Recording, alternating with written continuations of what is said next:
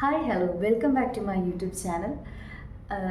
ഇന്ന് ഞാൻ സംസാരിക്കാൻ പോകുന്നത് എൻ്റെ കരിയർ ജേർണീനെ പറ്റിയാണ് കേട്ടോ. എന്നോട് ഒത്തിരി പേര് ചോദിക്കുന്ന കുറച്ച് ക്വസ്റ്റ്യൻസ്. മരിയ എന്താണ് ചെയ്യുന്നത്, എവിടെയാണ് വർക്ക് ചെയ്തുകൊണ്ടിരുന്നത്, ഏത് എയർലൈനിലാണ്, കറൻ്റ്ലി എയർപോർട്ടിൽ വർക്കിംഗ് ആണോ, ഇപ്പോൾ എന്താണ് ചെയ്യുന്നത്, അങ്ങനെ കുറേ കാര്യങ്ങൾ ചോദിക്കുന്നുണ്ട്. അപ്പോൾ ഞാൻ വിചാരിച്ചു ഒരു വീഡിയോ ആക്കി ചെയ്യാമെന്ന്. അപ്പോൾ ഞാനിപ്പോൾ കറൻ്റ്ലി നമ്മുടെ ഒരു ഏവിയേഷൻ ഇൻസ്റ്റിറ്റ്യൂട്ടിൽ ഒരു അക്കാഡമിയിലാണ് ഞാൻ വർക്ക് ചെയ്യുന്നത്. ആൻഡ് എൻ്റെ കരിയർ ജേർണിനെ പറ്റി പറയുകയെന്നുണ്ടെങ്കിൽ ഞാൻ ഏവിയേഷൻ്റെ കോഴ്സ് പഠിച്ചത് നമ്മുടെ ഇവിടെ എറണാകുളത്ത് തന്നെയാണ്. ഏവിയേഷൻ്റെ കോഴ്സ് പഠിച്ചുകൊണ്ടിരുന്ന സമയത്ത് തന്നെ എനിക്ക് ക്യാമ്പസ് സെലക്ഷൻ വഴി ഇൻ്റർവ്യൂ അറ്റൻഡ് ചെയ്ത് എനിക്ക് ഡയറക്റ്റ് എമിറേറ്റ്സ് എയർലൈൻ എന്ന് പറയുന്നത് ഒരു സബ് ഏജൻസിയിലേക്കാണ് കിട്ടിയിരിക്കുന്നത്. നമ്മൾ എമിറേറ്റ്സ് എയർലൈൻ, ഖത്തർ എയർവേസ് ഒക്കെ സബ് ഏജൻസീസ് എടുക്കുന്നുണ്ട്. സോ ഈ സബ് ഏജൻസിയിലാണ് ഞാൻ ആദ്യമായിട്ട് വർക്ക് ചെയ്യാൻ കയറുന്നത്. അത് എമിറേറ്റ്സ് എയർലൈനിലായിരുന്നു. ഏകദേശം 2 വർഷം അടുത്ത് ഞാൻ എമിറേറ്റ്സ് എയർലൈനിലുണ്ടായിരുന്നു. അതിനുശേഷം ഖത്തർ എയർവേസിൽ വർക്ക് ചെയ്തു. ഖത്തർ എയർവേസും സെയിം നമ്മുടെ ഒരു സബ് ഏജൻസി തന്നെ, BWFS എന്ന് പറയുന്ന ഒരു സബ് ഏജൻസി. അവിടെ ഞാൻ ഏകദേശം 1 വർഷത്തോളം ഖത്തർ എയർവേസിൽ വർക്ക് ചെയ്തു.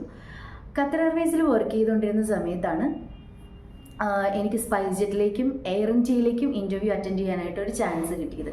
അപ്പോൾ ഞാൻ ഇത് രണ്ടും അറ്റൻഡ് ചെയ്തപ്പോൾ എനിക്ക് 2 എയർലൈൻസിലും എനിക്ക് ഇൻ്റർവ്യൂ പാസ്സായി. ഞാൻ എയർ ഇന്ത്യയിൽ AITSL എന്ന് പറയുന്ന ഒരു സബ് ഏജൻസി ആയിരുന്നു, പക്ഷേ അതൊരു പാർഷ്യൽ ഗവൺമെൻറ് ആയിരുന്നു. സ്പൈസ് ജെറ്റ് എന്ന് പറയുന്നത് ഡയറക്റ്റ് എയർലൈനാണ്, ഡയറക്റ്റ് സ്റ്റാഫായിട്ടാണ് എനിക്ക് കിട്ടിയത്. അതുകൊണ്ട് തന്നെ ഞാൻ സ്പൈസ് ജെറ്റിലേക്ക് മൂവ് ചെയ്തു. ഡയറക്റ്റ് സ്പൈസ് ജെറ്റിൻ്റെ സ്റ്റാഫായിട്ട് ഞാൻ മൂവ് ചെയ്തു. ഏകദേശം ഒരു 6.5 വർഷത്തോളം ഞാൻ സ്പൈസ് ജെറ്റിലുണ്ടായിരുന്നു. സ്പൈസ് ജെറ്റിലായിരുന്ന സമയത്താണ് നമ്മുടെ കൊറോണ വരുന്നത്. കൊറോണയുടെ സമയമായപ്പോൾ നമ്മുടെ ഫ്ലൈറ്റ്സ് ഒക്കെ കുറഞ്ഞു, ഒത്തിരി പ്രശ്നങ്ങളായി, നമ്മുടെ ബിസിനസ്സൊക്കെ ഒത്തിരി ഡൗൺ ആയിപ്പോയി. അങ്ങനെ വന്നു കഴിഞ്ഞപ്പോൾ സ്റ്റാഫിനെയൊക്കെ പയ്യെ പറഞ്ഞു വിടാൻ തുടങ്ങി. ആ ഒരു കണ്ടീഷനായപ്പോൾ ഞാൻ പയ്യെ ഡിപ്പാർട്ട്മെൻറ്റ് ട്രാൻസ്ഫർ മേടിച്ചു. അങ്ങനെയാണ് ഞാൻ അതുവരെ ഒരു 5 ഇയേഴ്സോളം 5 വർഷത്തോളം കസ്റ്റമർ സർവീസ് എക്സിക്യൂട്ടീവ്, അതായത് കൊമേഴ്ഷ്യൽ ഡിപ്പാർട്ട്മെൻറ്റിലായിരുന്നു ഞാൻ എമിറേറ്റ്സിലുണ്ടായിരുന്നത്. പിന്നെ ഒരു വർഷത്തോളം ഞാൻ കാർഗോ ഡിപ്പാർട്ട്മെൻറ്റിലേക്ക്, സ്പൈസ് ജെറ്റിൻ്റെ തന്നെ കാർഗോ ഡിപ്പാർട്ട്മെൻറ്റിലേക്ക് മാറി. അങ്ങനെ അവിടെ വർക്ക് ചെയ്തുകൊണ്ടിരുന്ന സമയത്ത് 2021 ഡിസംബറോട് കൂടി ഞാൻ അവിടെ റിസൈൻ ചെയ്ത് ഇൻഡിഗോയിലേക്ക് ചേഞ്ച് ചെയ്തു.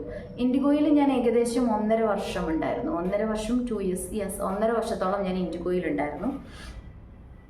ഇൻഡിഗോയിലും ഞാൻ ഡയറക്റ്റ് സ്റ്റാഫായിട്ടാണ് വർക്ക് ചെയ്തിരുന്നത്. അതിനുശേഷം ആഫ്റ്റർ 1.5 വർഷമൊക്കെ കഴിഞ്ഞപ്പോഴത്തേനും ഞാൻ അവിടെ നിന്ന് റിസൈൻ ചെയ്തു. ഇപ്പോൾ ഞാൻ ഏകദേശം 1 വർഷത്തോളമായിട്ട് ഏവിയേഷൻ ട്രെയിനറായിട്ട് വർക്ക് ചെയ്യാണ്. ഞാൻ ആദ്യമേ റിസൈൻ ചെയ്തതിന് ശേഷവും വർക്ക് ചെയ്തുകൊണ്ടിരുന്നപ്പോഴും ഞാൻ പാർട്ട് ടൈമായിട്ട് ഏവിയേഷൻ ട്രെയിനറായിട്ട് പോകുന്നുണ്ടായിരുന്നു കുറച്ച് നാളത്തേന്. ലൈക്ക് നമുക്ക് ഷിഫ്റ്റ് വൈസ് ആണല്ലോ. അപ്പോൾ ഉച്ച കഴിഞ്ഞാണ് ഷിഫ്റ്റ് എന്നുണ്ടെങ്കിൽ രാവിലെ ഞാൻ പഠിപ്പിക്കാനായിട്ട് പോകുമായിരുന്നു. ഏവിയേഷൻ കോളേജുകൾക്കും ഏവിയേഷൻ അക്കാഡമീസിനൊക്കെ എക്സ്പീരിയൻസ്ഡ് ആയിട്ടുള്ള സ്റ്റാഫിനെ ആവശ്യമാണ്. അപ്പോൾ നമുക്ക് അങ്ങനെ ഒരു ജോബ് നമുക്കിപ്പോൾ സ്കോപ്പുള്ള ഒരു ഏരിയ ആണ് ടീച്ചിങ് ഫീൽഡ് എന്ന് പറയുന്നത്. അപ്പോൾ ഞാനൊരു റിസൈൻ ചെയ്തതിന് ശേഷവും ഞാൻ ഗസ്റ്റ് ലെക്ചറായിട്ട് കുറച്ച് കൂടുതൽ കോളേജുകളിൽ ഞാൻ രാവിലെയും ഈവനിങ് ഒക്കെ ആയിട്ട് മാറി പോകുന്നുണ്ടായിരുന്നു. ഇപ്പോൾ ഞാൻ പെർമനൻ്റ് ആയിട്ട് തന്നെ മോർണിംഗ് ടു ഈവനിങ് ഇവിടെ ഒരു അക്കാഡമിയിൽ ഞാൻ വർക്ക് ചെയ്യാണ്. ഇവിടെ നിന്ന് നമ്മൾ ജയ് ഭാരത് കോളേജ്, നമ്മുടെ പെരുമ്പാവൂരുള്ള ജയ് ഭാരത് കോളേജിലും തൃക്കാക്കരയുള്ള KMM കോളേജിലും നമ്മുടെ അക്കാഡമിയിൽ നിന്ന് ടീച്ചേഴ്സ് പോയി ക്ലാസ് എടുക്കുന്നുണ്ട്. സോ ഞാൻ ഇവിടെ മാത്രമല്ല, നമ്മുടെ ഈ അക്കാഡമി മാത്രമല്ല ക്ലാസ് എടുക്കുന്നത്. ജയ് ഭാരത് കോളേജ് അതുപോലെ തന്നെ തൃക്കാക്കരയുള്ള KMM കോളേജിലും വീക്ക്ലി ഒരു 2 ദിവസം വീതം ആഫ്റ്റർനൂൺ എനിക്ക് ക്ലാസ് ഉണ്ട്. സോ ഇതാണ് ഞാനിപ്പോൾ കറൻ്റ്ലി ചെയ്തുകൊണ്ടിരിക്കുന്നത്. സോ എൻ്റെ ഒരു എയർപോർട്ട് എക്സ്പീരിയൻസ് എന്ന് പറയുന്നത് അത്യാവശ്യം ഒരു ലോങ് ഇയേഴ്സ് ഉണ്ടായിരുന്നു. ഈ എയർപോർട്ട് ജോബും ഇതും തമ്മിലുള്ള ഡിഫറൻസ് എന്താണെന്ന് ചോദിച്ചു കഴിഞ്ഞാൽ, എയർപോർട്ടിൽ ഷിഫ്റ്റ് വൈസ് ആയിരിക്കും വർക്ക് വരിക. അതായത് നമുക്ക് ആഫ്റ്റർനൂൺ ചെയ്യേണ്ടി വരും, ലൈക്ക് ഏർലി മോർണിംഗ് പോകേണ്ടി വരും, നൈറ്റ് ഷിഫ്റ്റ് ഉണ്ടാകും. അപ്പോൾ ഇങ്ങനെ കുറേ ഷിഫ്റ്റുകൾ ഉണ്ടാകും. പക്ഷേ ഇവിടെ എന്ന് പറഞ്ഞാൽ നമ്മൾ ചെയ്ത ജോലി തന്നെയാണ് നമ്മൾ സ്റ്റുഡൻസിന് പറഞ്ഞു കൊടുക്കുന്നത്.